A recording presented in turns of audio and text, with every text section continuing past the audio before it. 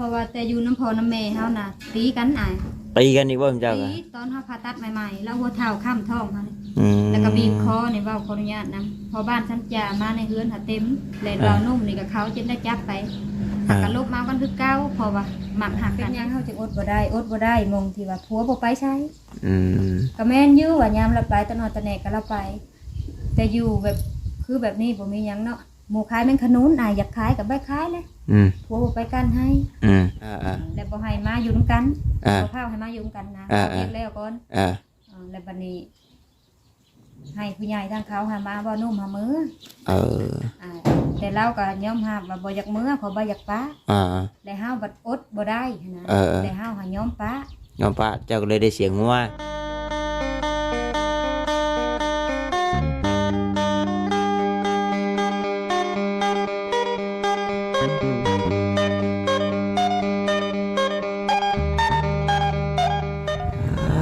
โธ่ปุ่นย่างหัวยุงหัวยองท้องปุ้งมาแล้วเนาะคือกันเลยกับแม่น้องเบิ้ลบานเนาะโดยสบายดีโดยสบายดีวันแห้งเป็นผู้สาวคือกันครับเนาะ ก่อนเราอุตส่าห์สิมาหาอันลูกเคยบ่อยบ่เนาะ ของว่าหามากินซีดเนาะมากินได้มื้อนี่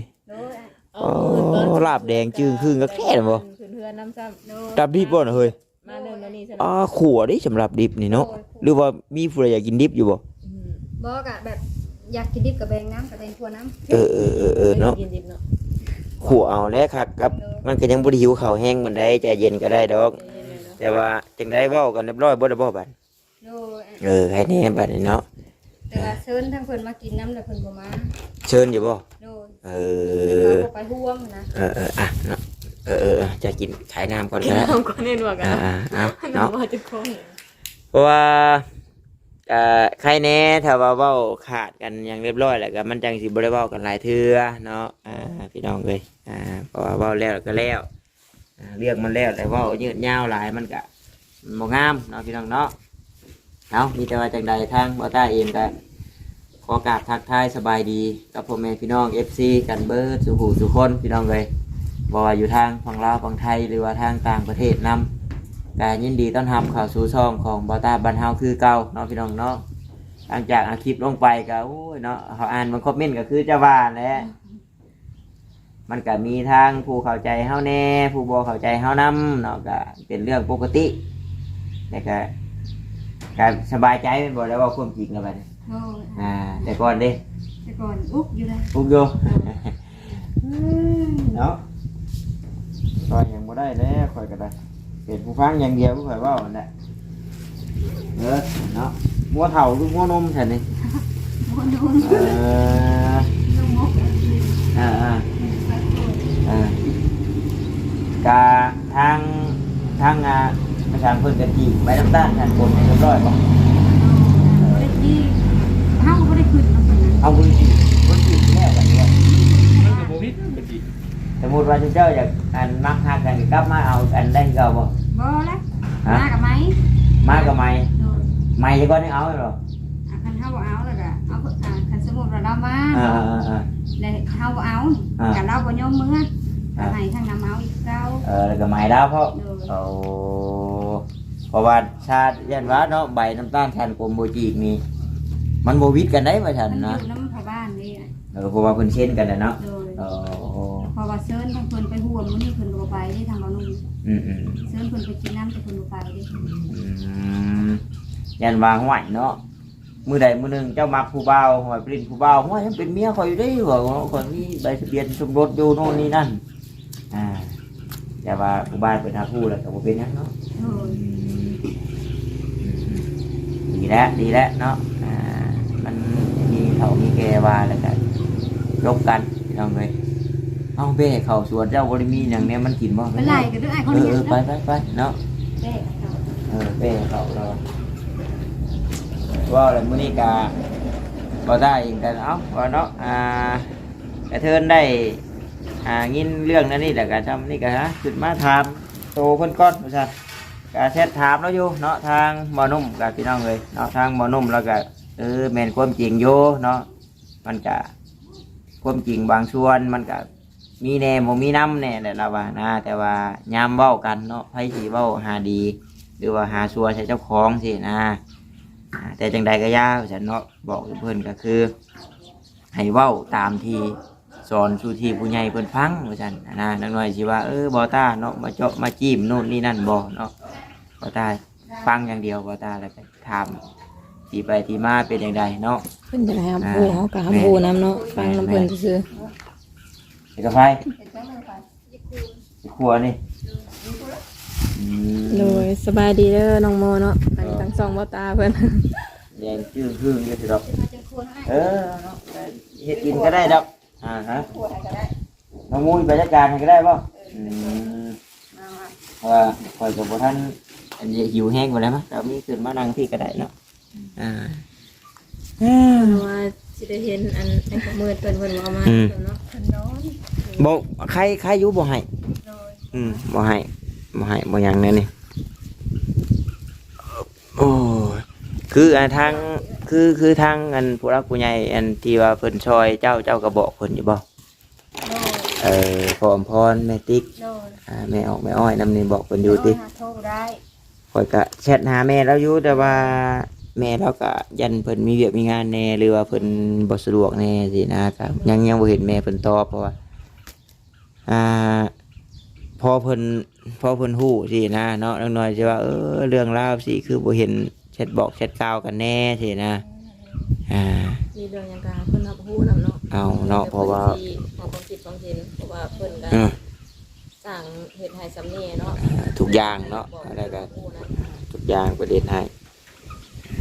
อายุแบบจุนเจ้าก็บ่ได้เว้ายากกันเด้บ่ได้เว้ายากบ่ได้ชอกันยันว่าโอ้ยังบ่แล้วกันยังบ่ทั่วกันโน่นนี่นั่นข่อยบ่มาได้ข่อยทำแบบนั้นน่ะข่อยเว้าอีหลี ข่อยว่า ฟังแต่ตอน เนาะ เคลียร์กันแล้ว ข่อยเว้าโตหรือบ่แม่นเจ้าโคตรลูกตาเพิ่นบ่อยากมาแล้วจักสิมาแบบใดก็นี่นี่ใครแน่ถ้าเว้าแล้วกันอะไรก็กับมีแต่บ่อยากให้เว้าใช้กันนั่นแหละถ้าว่าแล้วกันแล้วก็ได้เอาตามความจริงที่เคยเว้ากันแล้วก็มันแล้วเนาะบ่ให้เพิ่มน้ำเพิ่มตอนฉะนั้นมันก็จังใดมันเป็นมันบ่แม่นความจริงนะมันบ่คักมีปัญหาบ่จบเนาะย้อนคนนี้มาถามแบบว่าเพิ่นใหม่เลย มันบ่ได้มีผู้หนึงผู้เดียวเด้อสบายดีอ้ายน้องชายวะนี่โอ้โธ่มีครอบครัวแหละบ่ยังโสดอยู่เนาะหาให้อีกจะบ่จะคน เพิ่นมาจากไทยปะ โดย นี่แหละเดี๋ยวเริ่มต้นใหม่สู่ใหม่เจ้ากับบัดนี้เห็นหลายคนอยู่เนาะเพิ่นก็เม่นมาอยู่ที่แล้วฉันเป็นทุกครอบครัวฉันพอหังมีดีได้นู่นนี่นั่นแล้วก็เลิกลาเพิ่นก็ว่าเรื่องแบบ เฮากับบ่อยังให้มันเป็นต้องมันก็แบบว่าเฮาก็อดบ่ได้นะก็แม่นอยู่ว่าแต่กี้ทุกข์ยากเป็นหยังคืออดอยู่แต่ก็อดไปเบิ่งนะแต่ก่อนก็อยู่น้ำพ่อน้ำแม่ก็อีกแบบนึงมาอยู่น้ำสองพ่อเมียก็อีกแบบนึงก็เฮาก็อดเอาบัดนี้มาอยู่สองคนมีอยู่มีกินแล้วก็ผัวก็แห้งเห็ดนะแบบกินแล้วก็นอนกินแล้วก็นอนเพราะว่าช่วงที่เจ้าลำบากตอนที่ว่าพ่อแม่ไล่มาอยู่กระต๊อบนี่มันก็บ่ได้พอกี่เดือนแล้วก็มีผู้ใหญ่เพิ่นหูมเข้ามาช่วยเลยเนาะก็เลยยังบ่ได้ฮู้กันว่านั่นใดบัดพอได้มีดีได้เจ้าบัดอยู่กันสองคนแบบนี้เลยเนาะแล้วความอดทนคนเฮามันก็มีผิดต่างกันอยู่ต่างกันแต่ละมือมันก็มีแบบอยู่เนาะสองคนผู้เมียก็มันต่างกันบัดนี้เฮาบัดมีลูกนะบัดนี้มีลูกบัดนี้บัดผัวกับแต่ละมื้อมาก็มีแต่กินแล้วก็นอนกินแล้วก็นอนหั่นนะเฮากับบัดนี้เฮาผู้เป็นผู้หญิงเฮาก็คิดไปหลายอย่างคันว่าเฮ็ดซ่อนเฮาก็เฮ็ดซ่อนแต่ได้มาเนาะแม่นบัดคือไปหาก้านหาเยื่อเราก็ไปอยู่เนาะแต่ว่าก็ไปบ่ดุแม่นบ่อันนี้เว้าตามที่ข่อยเห็นได้พอถามแล้วบางเทื่อข่อยมาเราก็ว่าเราไปอยู่การเขียดกันหยังแล้วก็ว่าไปก้านเมื่อคืนนี่ว่าซั่นเนาะลาบนกเขาก็เคยได้กินอยู่คันมื้อใดเราบ่ได้นอนได้แล้วไปแต่ก็ คือเว่าและพี่น้องเนาะที่ว่าเรื่องมันเป็นอย่างไรพี่เจ้ามันฮู้กันอยู่แล้วสองคนนะคือข่อยบัดเห็นได้ในช่วงที่ข่อยมาเห็นที่บางช่วงบางตอนเนาะหรือว่าเอามีแต่นั่นใดก็ย่าแล้วเฮ็ดได้แต่มันเป็นไปเลยซะเอ้ย แต่ก่อนก็โอ๊ตอายก็แม่นอยู่เนาะผู้หลักผู้ใหญ่เพิ่นเว้าว่า FC เพิ่นเว้าว่าตะกี้เนาะทุกข์ยากลำบากก็ยังอดอยู่นํกันได้ อืม ก็แม่นแล้วบัดนี้พอมีเฮือนมีชาติแล้วบัดแยกทางกันผิดเร็วกันก็แม่นความเพิ่นก็บ่ติเพิ่น อืมอืม แล้วบัดนี้เฮาผู้อยู่แล้วบัดนี้เฮาบัดก็คิดหั้นนะคันว่าคันอยู่ไปก็มันสิบ่รอดแต่กี้แม่นบ่มีลูกมีเต้าบัดนี้เฮามีลูกมีเต้าเลยหั่น อื นะ มอืมอืม เฮาก็ยังให้ผัวไปหาแหน่อืม ก็แม่นอยู่ว่าทางผู้หลักผู้ใหญ่เพิ่นก็สดซอยก็บ่ติเพิ่น อ่า เฮาก็แบบว่าอยากให้ไปนำนะ จะเห็นพัวส่วนพัวสู้กว่านี้ก็เป็นแบบเป็นครัวเป็นพัวคนน่ะเนาะจะให้แต่เฮาดึงไปเดียวก็บ่ได้ แล้วว่าตัวที่งานที่ไปอยู่สวรรค์นี่งานเราบ่มักเราเลยบ่อยากไป เราเฮาบ่เคยไปงานในเมือง เราเลยเราว่า เฮาว่าอยากให้เคยเอานะมาบัดลูกเต้าได้จ้ะ อืมงานที่คอยบ่มักแล้วคอยเลยบ่อยากไปแล้วว่านะแต่หานำเอียตัดออกตัดอ้อยบ่น้อยบ้าน มันก็ถ้าเฮาบ่กล้ามันก็บ่ฮู้นะแต่ว่าความคิดความอ่านใจไผมันเฮาก็บ่ฮู้เนาะว่าเพิ่นคิดจังไดแบบนั้นหรือว่าเพิ่นย่านแบบใดเฮาก็บ่จักดอกแล้วเพิ่นเลยได้ก่อนที่พิษกันนี่มื้อน่ะก็อายตำบิดอันนี้รอหาว่าความยุ่งยากจ้ะ ถ่ายห้องน้ำในบ่ล้างตอนเช้าเฮาไปหาเขียด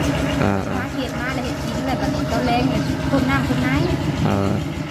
แล้วก็ว่ากับผัวเขาไปว่าจักน้ำคุมบ่ล้างเด้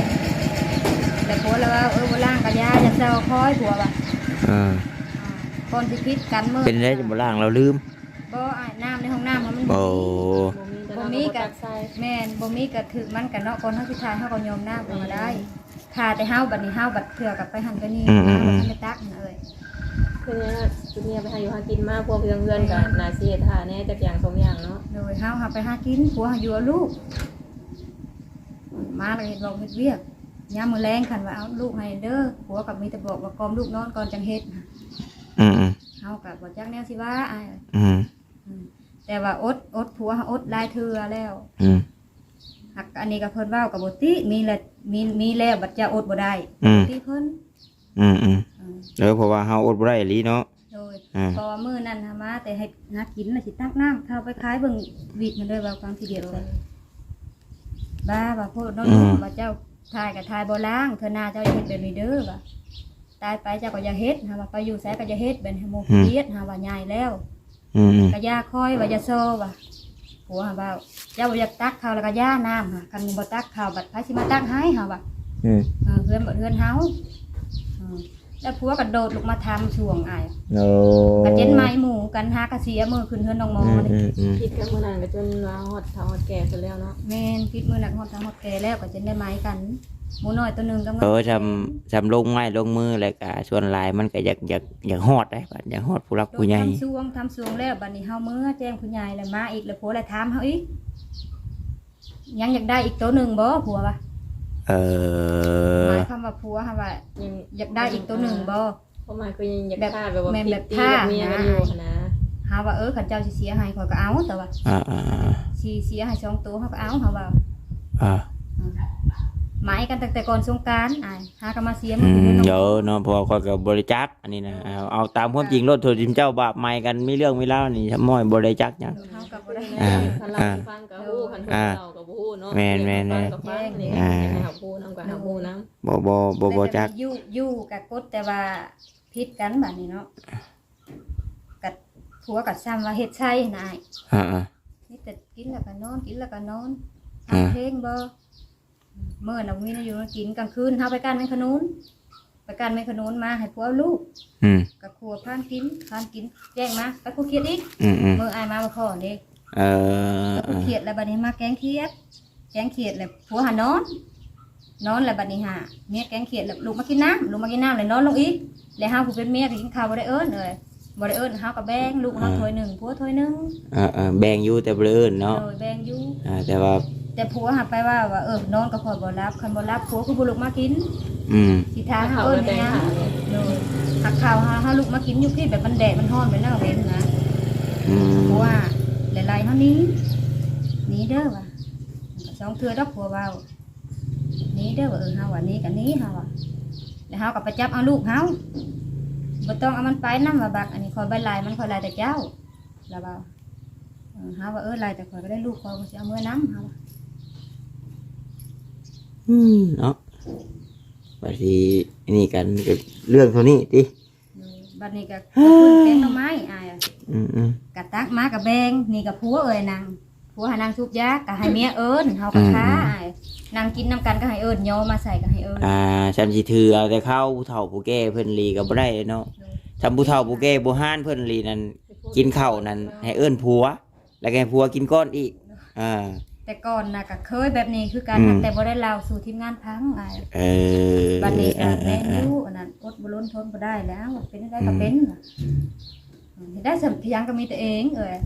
พูดลัวกับคันว่าเอาเงินในผัว10,000ผัวไปคันเฮ็ดก็ต้องให้จ้างซะก่อนเนาะก็คือบ่ตาเว้าแล้วก็สิถามทางบ่นุ่มเราอยู่แต่ว่ากับบ่นุ่มแล้วก็คือเห็นเราก็บ่ค่อยแบบว่านี่เรามักอยู่เงียบแต่นุ่มแล้วก็มักอยู่เงียบแบบนี้พิษกันบัดใดก็คือพิษกันตอนสิไล่เมียหนีนี่ก็สิ่งกลางคืนมาแบบนี้ผัวบ่ได้นอนเมื่อคืนแล้วแจ้งมาแล้วแบบผัวนอนหั่นนะนอนแล้วก็สิแบบห้ามบัดให้เอาลูกแน่นะก็สิให้แน่ว่าก็เรื่องไปหาอยู่หากินนี่ก็ตามที่เบาต้าเห็นกับบางช่วงก็ไปอยู่บางช่วงก็บ่ไปก็ตามว่าตามความจริงตามที่เขาเห็นแหละเนาะก็มาเขาก็ถามกันอยู่ว่าจะได้หยังกินมื้อนี้ไปหาหยังแบบใดสินะแล้วก็เรื่องชาวใต้เฮ็ดอยู่คั่วกินก็เคยเว้าหยอกเว้าแซวกันอยู่ดอกว่าโอ้เฮ็ดกินเป็นอยู่บ่แม่นให้แต่ตะนุ่มบ่ซั่นซี่ก็อันนี้ก็บ่จักเนาะว่าอะไรนี้ก็บ่แม่นว่าสิเทื่อเดียวอันนี้ได้ตั้งแต่ตอนยังบ่ทันได้มีเฮือนแล้วก็ลายนี้ตอนอยู่ในกระต๊อบน้อยบ่มีเฮือนยังสิไล่กันหนีอยู่ไล่ไปอยู่ซิหักแต่อยู่ดินตัวนี้แล้วกลางเว้นเป็นทำบัดกวาดขี้เหงื่อกวาดขี้เหงื่อแล้วบัดนอนแล้วบัดแบบมัดบ่อยากได้ยินในหูบ่อยากได้ยินในหูแล้วก็จับกวดไปยังแกงเฮาก็ย่างหนีเด้อว่ะเฮาก็ตอบแล้วบาทนึงเจ้าหั่นหนีหาว่าเฮาก็บ่ได้ว่าจังได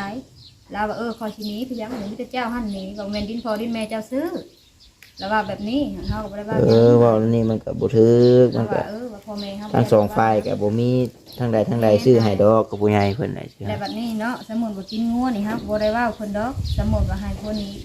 แบบว่าเราหนีแบบนี้เฮาก็บ่ได้ว่าอันนี้เฮือนคอยเด้อเฮาก็บ่ได้ว่าก็แล้วแต่ทีมงานแล้วแต่ผู้รับผู้ใหญ่เพิ่นอันนี้ค่อยคือค่อยเว้าแล้วค่อยจักสิออกความคิดความเห็นนั่นใดนะเพราะว่าถ้าสิอธิบายให้เจ้าเข้าใจกันกับทีมเจ้าป้ากันแล้วก็มีแต่ฟังแล้วก็แล้วก็ค่อยก็บ่ได้ว่าเข้าข้างเจ้าผู้เดียวแล้วก็บ่ได้ว่าเข้าข้างหมอนุ่มแล้วค่อยเป็นคนกลางค่อยฟังเพราะว่าทุกทีทุกอย่างไผเป็นแบบใดไผแบบใดค่อยก็ฮู้อยู่สินะค่อยก็มาเนาะตั้งแต่เฮือมท่านแล้วจนแล้วค่อยก็ฮู้อยู่นะคือกับไอ้มาเฮ็ดมื้อนั้นเนาะก็เห็นอยู่พูดมาแต่ฮะเฮ็ดทำไมนะเขาอาจจะบัดเขามาซ้ายแน่เนาะแล้วเฮาบ่ฮู้ว่าเขาสิมามื้อน่ะก็อุ้มลูกเขาไปให้ผัวนอนในห้องผัวก็เว้าอย่ามาซอเด้อเฮาก็อุ้มลูกมาให้แม่เฒ่าแลให้แม่น้องหมอนี่เอาให้แล้วอ้ายน้องหมอแล้วป้ายว่าสิพามาซื้อมาถั่วมาตามมาสั่งเด้เฮ็ดนั่นซะคือสิได้บางทีบางอย่างข่อยก็บ่ฮู้นำเจ้านะว่าเจ้าเว้ากันได้กลางค่ำกลางคืนมาจนข่อยบ่อยู่ก็บ่จักเนาะคงแม่นสิได้ว่าสิไปถามเรื่องของที่น้องของเป้าหมายซอยอยากให้เจ้าได้เจ้ามีแล้วก็อยู่น้ำกันมีความสุขดีนะกงมนเวียนชีว่าไปหาเชาะหาเชะให้เจ้าให้กันว่าป้าแมนเมื่อไหร่ก็มาแล้วก็ถามผัวดอกไปเขาเห็นงานแบบว่าร้านได้คนงานเด้ได้3-4 คนแต่แล้วว่าบ่ไปนะอายก็ได้ถามมาอยู่ตัวงานเราบ่มักเนาะงานเราบ่มักเราว่างานนี่แล้วคอยก็บ่ไปแล้วงานคอยบ่มักแต่เราก็ว่ามีเมียกับชาโมมีแล้วว่าเมียบ่เคย1ข้าว1น้ำแล้วว่าเฮ็ดอยู่คั่วกินก็เราเฮ็ดเองเนาะเราเฮ็ดเองแต่ว่าคันว่าสิลูก1ข้าวเนาะผัวบ่เอาลูกให้เฮาได้ ช่วงหนาวผัวนอน7-8 โมงจังตื่นแล้วเฮาอุ้มลูกนึงเข้าลูกนึงเข้าแล้วผัวตื่นมาบ่ได้แปรงฟันแปรงหยังกินข้าวแล้วผัวไปล่มนอนแล้วเฮาก็บ่จักคำสิว่ามีแต่ผู้ใดสะดวกแล้วผู้นั้นเฮ็ดเนาะตัวนี้เอาบ่ให้นิ่งกันบางทีคันว่าเฮาสิเฮ็ดกินเอาลูกพุ่นเราบอกขอเช็ดเองมันก็เป็นเอาลูกมันก็เป็นนั่นผัวเฮ็ดเก่าเนาะบัดนี้เราเฮ็ดคือเก่าเราบ่เอาลูกเอานั่นแหละเพิ่นได้ว่าเพิ่นได้ว่าซอยกันตัวนี้เนาะแล้วลูกเด้จำเจ้าบ่เฮ็ดกินเจ้าเอาลูกบ่เฮ็ดกินมันก็บ่แม่นเรื่องแปลกช่วงหนาวอุ้มลูกน้ำกันลูกนึงข้าวซุปผัว7-8 โมงผัวตื่นผัวกินข้าวแล้วผัวเขานอนเฮาก็ไปว่าหยังกับข้าวย้อนว่าอยากถืออยากอยู่กันคือว้าวแหละชาวว่าเห็น FC เพิ่นว่าโอ้ยเรื่องพี่ยังเอามาลงในคลิปยังไร้สาระซั่นถ้าว่าบ่เว้ามันก็สิบ่คักใจทั้งชาวใต้คือเก่าเนาะถ้าว่าเฮ็ดซั่นสิกับย่านแบบว่าทีมงานตีน้ำหลังเด้ยามเกิดเรื่องมาแม่นยามเกิดเรื่องบัดคือบ่เล่าบัดมันเย็นบัดคือมาเว้าขึ้นหลังเป็นวัดเป็นได้อีกบัดว่าจักหน่อยบัดผู้ฮู้บัดเห็นชาวต้าเนาะไปหันไปนี่ลินบุญพอดแน่แอนมีผู้แช่ผู้บ่าวหยอกนู่นนี่นั่นก็บ่แปลกเนาะเรือทั้งตะนุ่มลินแช่พานชาวก็บ่แปลกได้นะอันนี้เฮาเว้าความจริงทุกอย่างเลยก็สบายใจเจ้าอยากเฮ็ดได้ก็เฮ็ดเฮาบ่ได้แม่นผัวเมียกันแล้วเนาะอันนี้หากินก็กินงัวเฮาน้องเองเพิ่นบ่สิเฮ็ดสิของให้เพราะว่าทางเจ้านี่ถอยก่อนโดยเพราะว่าเราบ่อยากฟ้าเราพอบ่อยากฟ้าบ่อยบอกนี่ฮะทางเพิ่นมื้อนะเพิ่นจังให้บอกสอนแล้วเราอยากเปลี่ยนแปลงแต่อยากเปลี่ยนแปลงแล้วผู้ใหญ่ทางเฮาเพิ่นน่ะบอกสอนนี่บ่บอกแล้วหลายเทื่อบอกแล้วบ่แม่นเพิ่นเทื่อเดียวเนาะแม่นหน่วยเทื่อเดียวแต่บ่บอกเพิ่นน่ะก็มีแต่บอกคนเขามาแล้วมื้อเราอยากเปลี่ยนอยากแปลงแล้วเฮาถามแต่กี้เจ้าก็ว่าอยากเปลี่ยนอยากแปลงก็คือเก่ามันหลายเทื่อหลายที่หลายเพิ่นก็ข้านบอกแล้วผู้ใหญ่เพิ่น3 เทื่อ3 เทื่อ4 เทื่อเพิ่นเท่านั้นแหละเพราะว่าแต่อยู่น้ำพ่อน้ำแม่เฮาน่ะตีกันตีกันอีกบ่เจ้าก็ตีตอนเฮาผ่าตัดใหม่ๆแล้วหัวเท้าค้ำท้องเฮานี่แล้วก็บีบคอนี่เว้าขออนุญาตนำพอบ้านฉันจ่ามาในเฮือนหาเต็มแล้วเรานุ่มนี่ก็เขาจนได้จับไปหักกันลบมาวันคือเก่าเพราะว่ามักหักกันนี่ยังบ่เบิดเวรกรรมต่อกันเพราะว่าตอนน่ะยังเอากันใหม่ๆเอายังบ่เบิดเวรเบิดกรรมต่อกันเป็นตีผัวบีบคอใส่ย้ำเดือน4 เดือน5บีบคอแล้วก็ไปเผ็ดกระทุบลงใส่คันได้แบบคันนะแบบเพราะจะมันพึ่งคืองูเห่าเขาตีกินบ่ได้ทางคนน้ำบ้านก็ได้เสือทางบ้านก็ได้แบบแล้วนี่ก็เขาจนได้จับไปบ่นุ่มกันเจนไม้กันลบไปลบมามันถึงขนาดนั้นจ้ะเนาะแต่ละเทื่อเอ้าคอยกะอย่างกะเจ้าฮู้มื้อนี้แล้วก็สิบ่ถามได้ต่อไปคลิปต่อไปมีแต่เว้าเรื่องอื่นได้คอยบ่ถามได้เรื่องปะห่างกันบัดนี้เนาะเพราะว่ามันเรื่องของไว้ที่น่ะเว้าแล้วก็ให้มันแล้วคือบ่ต้าเว้าแหละมันบ่ต้าอีกขั้นแล้วเว้าหลายเทื่อพี่น้องเนาะคันบอกสอนบ่บอกว่าหลายเทื่อแล้วบอกเก้าบอกสอนตะกี้ผัวก็เว้าหลังจากผู้ใหญ่เมื่อหมดแล้วคอยให้เช็ดกว่าเก้าผัวบอกมันแห้งท่าตื่มครับแห้งท่าเนาะคือกับเสียหมูนั่นพอกระท่าอีกอยากได้อีกตัวหนึ่งบ่ผัวถามย่าได้น้องนี้มือนั้นน้องยางมือหอดผู้ใดได้คือน้องปลาผู้ใดตีเขียดให้ลูกว่าทำซุปดีน้องโมมาแต่บ้านสิไปใช่ไหมสิมาบ้านน้องนุ่มลายนี้น้องโมมาลดคือเพิ่นเราจะให้กันทำใดก็ห้ามไล่กันนี้อย่าเว้าอย่าคำห้างกันเพิ่นนึงว่าเนาะทำได้เว้าแล้วใจเฮาน่ะมันไปแล้วใดมันเปลี่ยนแล้วใดจะมีต้องยอกแยกกันแล้วมันบ่อยากคือเก่าเด้เพราะว่า